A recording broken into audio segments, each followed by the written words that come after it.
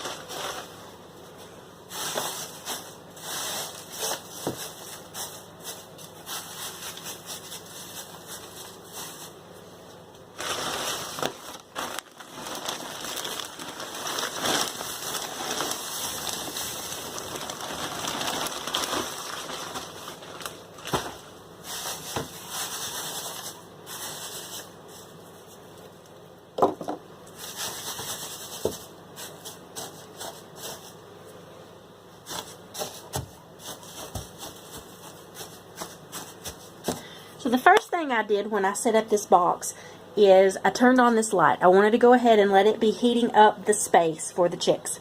It's been on for about 20-30 minutes so far, and the area under it is pretty warm. I do not use a traditional heat lamp. The fixture here is the type that you would use with a heat lamp, but the bulb itself, I like to use just your regular 100-watt light bulb. I personally feel like they're safer. They don't get anywhere near as hot. I have tried to use heat lamps in the past, and it's just too hard to regulate with one of those red heat bulbs. They typically get 150, sometimes 200 watts, and that's just way too much heat for a space like this, in my opinion. And I don't feel comfortable with it from a safety standpoint. This 100-watt light bulb, I feel like I can regulate better just by raising and lowering the light. Plus, I like to keep the light just to one end down here, and that way the chicks can get under it when they're hot, or when they're cold, I mean. If they're cold, they can come over here and get under the lamp to get warm, and then if they get too warm, they can go to the complete opposite end of the box to get to a cooler space.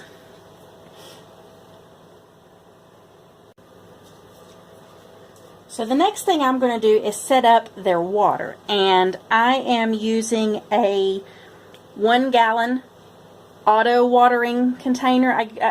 It's not really auto watering because it doesn't have anything else attached to it. It's not attached to a hose or a sink or anything like that. But it's gravity fed, and that way it doesn't overflow. I'm sure you've seen things like that, and I will put a link to them below, but I'm not really sure what else to call it other than gravity fed auto water. And I'm going to put just a splash of apple cider vinegar in here. There's a lot of beneficial properties for the chicks with using the apple cider vinegar. So I just put a splash in that gallon of water.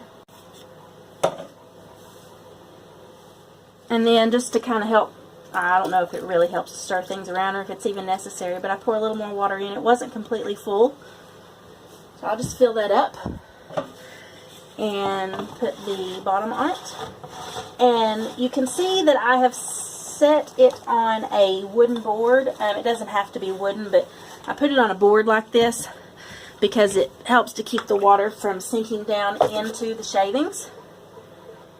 And I just have about an inch and a half of shavings in here so that I can add to that. I have tried in the past to do deep bedding with the shavings so that I don't have to add more as frequently, but I find that it makes it harder to clean. That way you end up having to dump the whole thing, and you have to find a place to put the chicks, and it's just easier, I think, to start with some shallow bedding and add some more on top of that as needed. And then by the time you actually need to do a complete total bedding change, most of the time the chicks are old enough to come out of their into a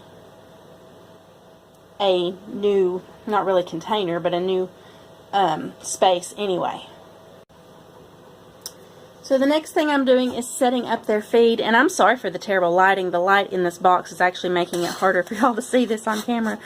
This is just a, you'll be able to see it better when I sit it down. This is just your typical chick brooder feeder, and it doesn't have to be in any certain space. You know, you want it to be far enough from the water that they are less likely to splash water out, which chicks don't splash anywhere near as bad as ducks do, so the chicks will probably be okay. But you don't want them to have to stand on top of the feeder in order to get to the water either, because then they're going to poop in it. And I will put links to Amazon for all of these products, so if you're having trouble understanding what it is you need to look for, you can just click those links in the description down below and it'll take you right to them.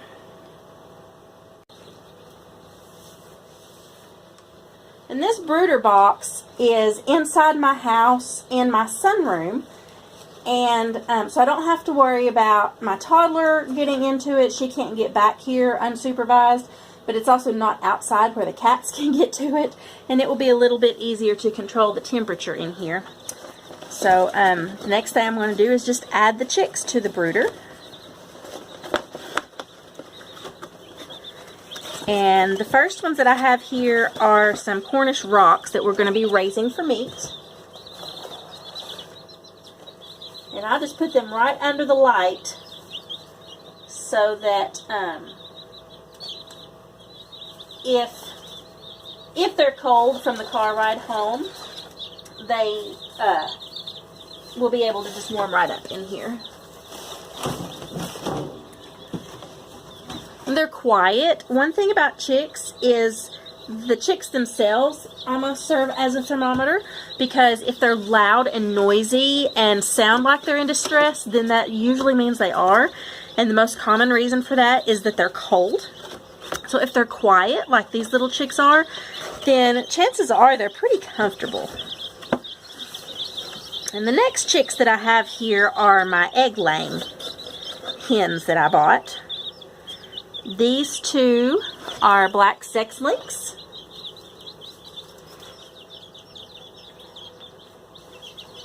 And I bought one buff Orpington. I only bought one because the buffs were straight run, and I don't want to run the risk of having a whole bunch of roosters that I can't get rid of. One rooster I can deal with. I'll either keep him or he may go in the freezer with the meat chicks when it's time for that.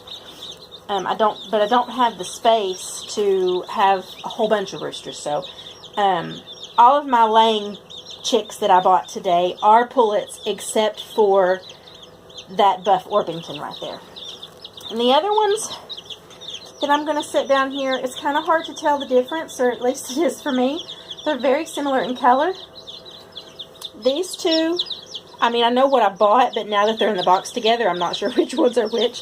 These first two that I'm setting down here, I believe are the Isa Browns. It's spelled I-S-A, and they are supposed to be some fabulous egg layers. The reviews that I read online said that they will lay anywhere from 3 to 350 eggs per year, and that's pretty darn good as far as laying hens go.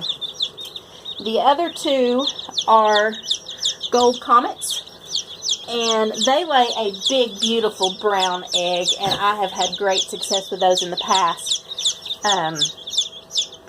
And so, you know, I wanted to make sure that I had some of those in my flock. The only breed that I don't have today that I do intend to purchase are some Americanas, so that I can add a little more color into my eggs when we start getting them. I love to get green eggs. So I'm going to add some of those later, but the only place locally that I have to buy chicks is our local Tractor Supply store, and they get in different breeds each week, typically. And this week they did not have the Americanas. Last week is the first week that they've had chicks, and they had the same breeds last week as they did this week.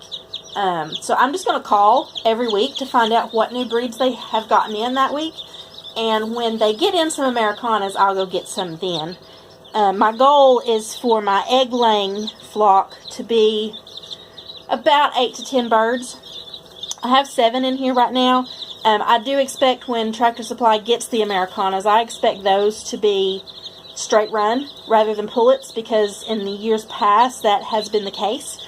So I'll probably buy maybe 4 of those in hopes that at least 2 of them will end up being hens. I don't know how to sex chicks. I have watched videos, I've read instructional things, I've asked so many different people, and I've guessed in the past, you know, just picked some up and tried to sex them, and I usually get it completely wrong. So I'm not going to take my chances on anything that I'm not willing to accept it being a rooster. That's why, like I said, I only bought 1 of the Buff Orpingtons, and when I get the Americanas, since I do expect them to be straight run, I'm going to buy 4 of them, maybe 5 or 6, just depending on what kind of mood I'm in that day, to be honest. But the hope is that I'll have at least 2 of them be hens. If 4 of them are hens, that's fabulous. If all 4 of them happen to be roosters, then I'll be really, really sad because I won't have any hens, but that'll just have to be what it is.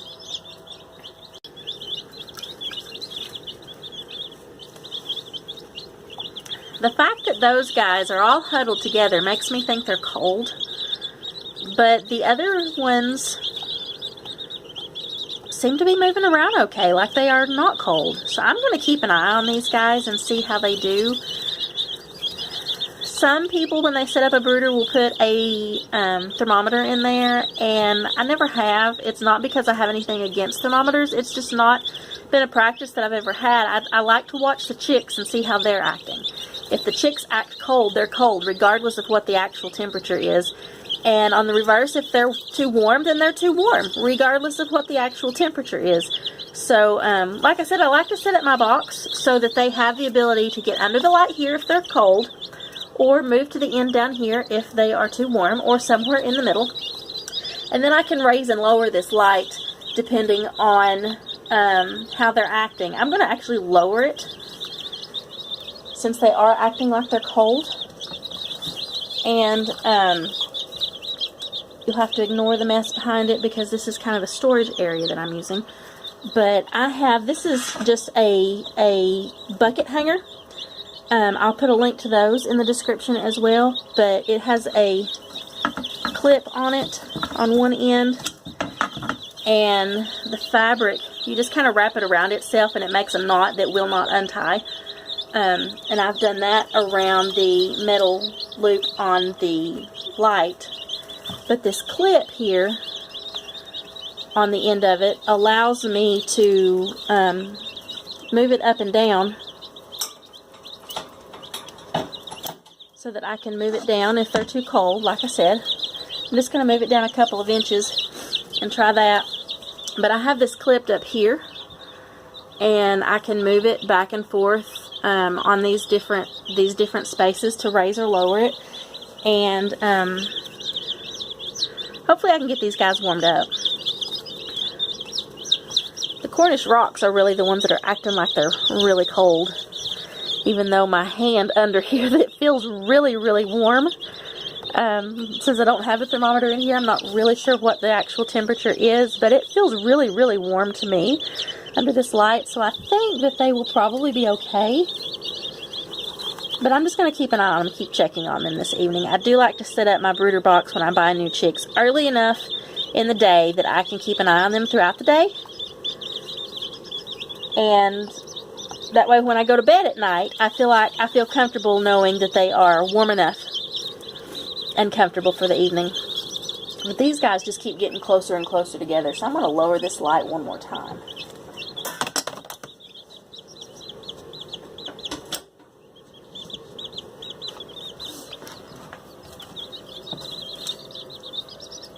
And I can lower it even further if I need to.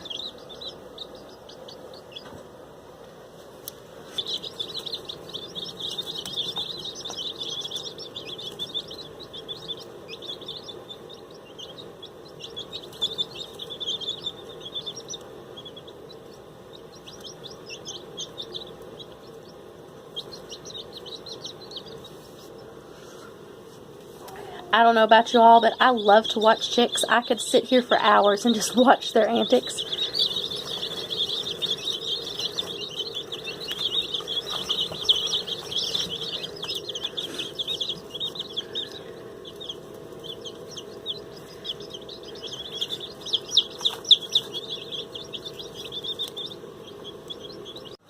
Since I'm sure some of you are curious what kind of feed we bought to feed these chicks, I think I may have mentioned before, and I will mention it again in future videos, my intention is to try to raise my chickens with as little store-bought feed as possible. I'm going to experiment with some feed that we produce or create here on the farm ourselves. One of the primary things is our chicken scraps, to turn it into compost by feeding it to the chickens. But in all of my research and everything I've read, I have not yet found a good way to feed chicks without store-bought chick starters. So I bought this brand. It's called Nature's Best Organic Feeds, certified non-GMO, USDA organic. At my local Tractor Supply store, this was about $26 for a 40-pound bag, which in comparison to other brands of similar feeds, it was actually a pretty good deal. And I'm hoping that it's the only bag that I have to buy, because just as soon as these guys are old enough to learn how to eat other types of feed, I'm going to get them started and teach them how to do that. And of course, as soon as they're old enough to go outside, I will put them outside so that they can learn how to scratch around and forage.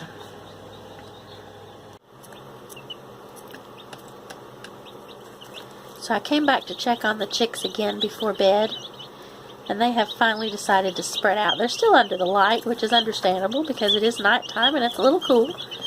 But they are not all huddled up in a tight little ball anymore, which means they're finally beginning to warm up. I think they will be just fine tonight.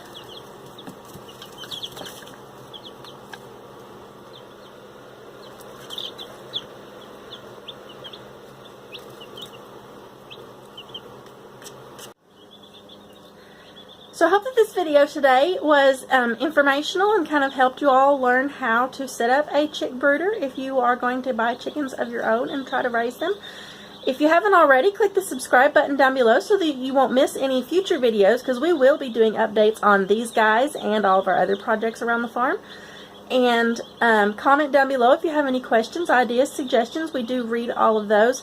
And don't forget to check out the description below, because as I said earlier, I will be putting links to all of the different products that we're using so that you can either purchase them from Amazon if that is the simplest thing for you to do, or you can at least see pictures and get an idea of what I'm talking about here. Thanks for watching.